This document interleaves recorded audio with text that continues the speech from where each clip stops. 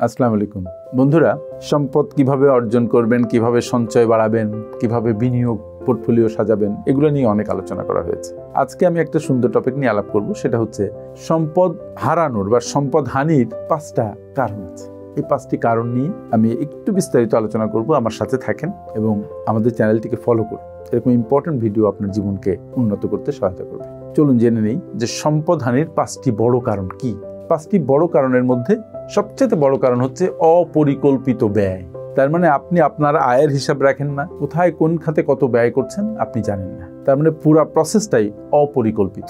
আয় যেহেতু একটা সেক্টর থেকে আসে এটা আপনি জানেন, কিন্তু কোথায় কিভাবে কোন প্রয়োজনে কত খরচ হচ্ছে ইউ ডোন্ট নো দ্যাট। ফলে আয়ের চাইতে আপনি ব্যয় বেশি করে ফেলছেন। আয়ের চাইতে যদি ব্যয় বেশি করেন আপনার সম্পদ থাকবে কিভাবে? So make a list of your expenses এবং যেটা আপনার অতি প্রয়োজনীয় তার পেছনে খরচ করুন। আর সবচাইতে বড় কথা, আপনি আয়ের চাইতে কম ব্যয় করবেন এবং আয় যখন আপনার হাতে আসবে আগে আপনি সঞ্চয় করবেন, তারপরে ব্যয়ের চিন্তা করবেন। It doesn't matter how much you earn, but it matters how much you keep. আপনি কতটা আয় করেন এটা দিয়ে কিচ্ছু যায় আসে না, বাট আপনি কতটা রাখতে পারেন, that is a vital thing. Number 2, অনিয়ন্ত্রিত ঋণ। আমাদের খরচ যখন আমাদের নিয়ন্ত্রণের বাইরে চলে যায় তখন আমরা ঋণে জর্জরিত হয়ে পড়ি আস্তে আস্তে। এবং বর্তমান সময়ে ঋণ পাবার অনেক জায়গা আছে। অন্য প্রতিষ্ঠান আপনাকে ঋণ দেয়, আপনি অন্য ব্যক্তির কাছ থেকে হাই ইন্টারেস্টে ঋণ নিতে পারেন। আবার ক্রেডিট কার্ড বিরাট ব্লেজিং হিসেবে আপনার জীবনে এসছে, আপনার জীবনকে তছনছ করে দেওয়ার জন্য, যদি আপনি বেহিসেবিভাবে খরচ করেন। সুতরাং যখন আপনার অ্যাক্সেস টু ক্রেডিট আছে এবং আপনি আর্থিক ব্যবস্থাপনা জ্ঞান সংক্রান্ত ব্যাপারে অজ্ঞ, অন্যমনস্ক, অবহেলা করেন, তখন ঋণ আপনার মাথায় চড়ে পড়বে এবং অপরিকল্পিত ঋণ গ্রহণ আপনাকে ধ্বংসের দ্বার প্রান্তে নিয়ে যাবে। So be careful. ঋণের মধ্যে 2 ধরনের ঋণ আছে, ভালো ঋণ, খারাপ ঋণ। আপনি ভালো ঋণ নিতে পারেন, কিন্তু খারাপ ঋণ থেকে 1000 মাইল দূরে থাকবেন। যদি আপনি আপনার জীবনে শৃঙ্খলা চান, আর্থিক সমৃদ্ধি চান, আপনি আপনার নিরাপত্তা চান। নাম্বার 3, বিনিয়োগের ভুল সিদ্ধান্ত। আমাকে আজকে একজন SMS করেছেন যে স্যার, আমি ক্রিপ্টোকারেন্সিতে বিনিয়োগ করতে চাই, আপনার পরামর্শ চাই। আমি তাকে জিজ্ঞাসা করলাম যে ক্রিপ্টোকারেন্সি সম্পর্কে আপনি কিছু জানেন কিনা, আমাদের দেশে ক্রিপ্টোকারেন্সিতে ইনভেস্ট করা বৈধ কিনা বা সেই ভেহিকলগুলো আছে কিনা। এখানে বসে ইললিগালি আমরা ক্রিপ্টোকারেন্সিতে বিনিয়োগ করতে পারি। কিন্তু ভদ্রলোক আমাকে যেটা বললেন যে না, উনি কিছু জানেন না, কার কাছে শুনেছেন যে ক্রিপ্টোকারেন্সিতে বিনিয়োগ করলেই লাভ। সো আমার প্রসঙ্গ হচ্ছে, যে ইনভেস্টমেন্ট আপনি বুঝেন না সেখানে আপনি বিনিয়োগ করবেন না। আপনি বুঝে শুনে বিনিয়োগ করবেন। আপনার একটি ভুল বিনিয়োগ সিদ্ধান্ত আপনার জীবনকে উল্টিয়ে দিতে পারে, তছনছ করে দিতে পারে। আমার জীবনে এমন ভুল বিনিয়োগ সিদ্ধান্ত আছে, সবার জীবনেই থাকে। কিন্তু যে যত ভুলকে কমাতে পারবেন এবং বিনিয়োগ সিদ্ধান্তটা ক্যালকুলেটিভ নিতে পারবেন, সে তত জীবনে আর্থিক সমৃদ্ধি অর্জন করতে পারবেন। কারণ ধরেন আপনার আছে 1 লাখ টাকা, 1 লাখ টাকায় এমন জায়গায় বিনিয়োগ করলেন যে টাকাটা পুরো রিস্কে পড়ে গেল, আপনার সব শেষ। হয়তো 5 বছর ধরে আপনি 1 লাখ টাকা জমিয়েছেন। So be very careful. একটা ভুল বিনিয়োগ সিদ্ধান্ত আপনার জীবনকে উল্টিয়ে দিতে পারে, তছনছ করে দিতে পারে।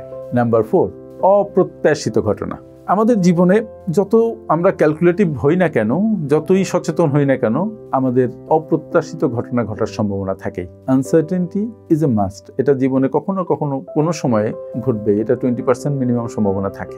সো আনসার্টেনটি আমাদের শেষ করে দিতে পারে। কিন্তু যদি আমরা আনসার্টেনটির জন্য আগে একটা প্রোটেক্টিভ কোনো একটা কুশন রাখি, তখন সেই আনসার্টেনটি আমাদের অতটা আঘাত করতে পারে না, আমরা সেটাকে কাটিয়ে উঠতে পারি। যেমন ধরেন কোনো দুর্ঘটনা, চাকরি হারানো, যে কোনো কারণ হোক, যদি আমাদের হাতে ইমার্জেন্সি ফান্ড থাকে তাহলে আমরা এই আনসার্টেনটিটা মিট করতে পারি। অধিকাংশ মানুষ দেখবেন যে আমরা আনসার্টেন অবস্থার জন্য তৈরি থাকি না। আমরা ভাবি অন্যর জীবনে ঝামেলা ঘটবে, আমার জীবনে ঘটবে না। অন্যকে করোনায় আক্রান্ত করবে কিন্তু আমাকে করবে না। It is a wrong concept. আপনি আপনার আনসার্টেন অবস্থার জন্য সবসময় প্রিপেয়ার থাকবেন। না থাকলে আপনার সম্পদ হানি হবে ওই সময়টায়। কারণ আপনি যখন প্রিপেয়ার থাকবেন না, তখন টাকা ম্যানেজ করতে আপনার ভিটে বাড়ি বিক্রি করতে হতে পারে, আপনার ফ্ল্যাটটাও বিক্রি হতে পারে, আপনার স্বাদের গাড়ি মোটরসাইকেলটা বিক্রি করা লাগতে পারে। সো আনসার্টেন অবস্থার জন্য নিজেকে তৈরি রাখবেন, ঘটুক আর না ঘটুক।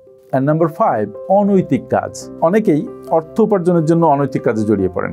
এই ধরনের কাজের ফলে আমরা শুধু সম্পদ যে হারাই তা না, সমাজ আমাদের সম্মানও হারিয়ে ফেলি। আমরা জানি এর মধ্যেই অনেক মানুষ অনেক সম্পদের পাহাড় গড়েছিলেন অনৈতিকভাবে। তারা এখন সমাজের চোখে এক একটা কীট, বড় বড় পোকা, ভিন্ন পশুতে পরিণত হয়েছে। আমি কোনো নাম উল্লেখ করছি না। তো দেখেন, তারা একসময় সম্মানের চোখে ছিল, সম্মানের জীবন যাপন করেছে, অনেক ক্ষমতার মধ্যে ছিলেন, কিন্তু এখন তাদের জীবন হয়ে গেছে একটা কীটের জীবন। অনৈতিকতা is a very bad thing.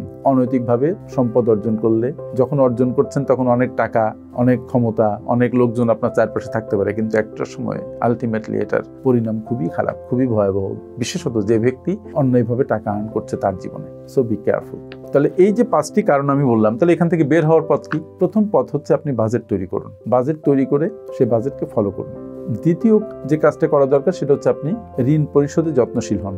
High interest bearing লোনগুলো আগে পরিশোধ করুন, তারপর আস্তে আস্তে একটা সময় পুরো ঋণ থেকে বেরিয়ে আসুন, খারাপ ঋণের চক্র থেকে বেরিয়ে আসুন।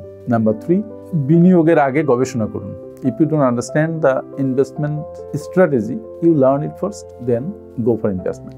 Number 4, ইমার্জেন্সি ফান্ড গঠন করুন, যেটা নিয়ে আলোচনা করেছি। আর নাম্বার 5, অনৈতিকতাকে পরিহার করুন।